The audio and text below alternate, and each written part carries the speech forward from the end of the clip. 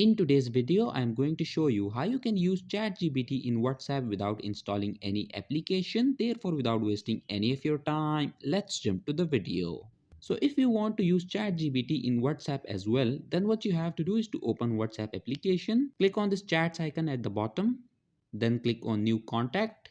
Now type a random name. After that, you need to type this phone number 1201 416 6644. Then click on save. Now go back and search for the contact that you just saved. Now all you have to do is to type in your command. I want ChatGPT to write a sorry message, so I'll type in that.